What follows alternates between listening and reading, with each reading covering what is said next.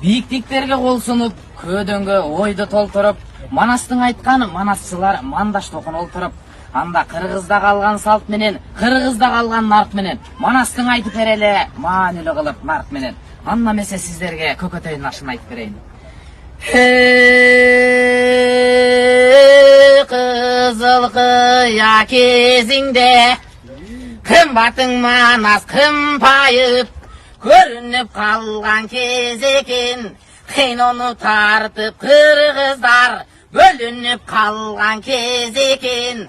Кашып шашып аттанып көрүнүп калган кез экен.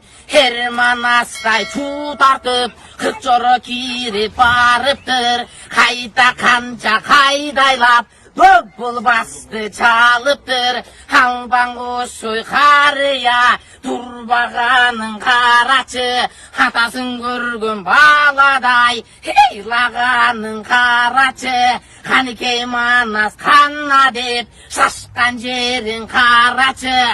Аккуланы жулулуп абан кошой карыя, ошонун элең айткан гана бир сөзүн карачы.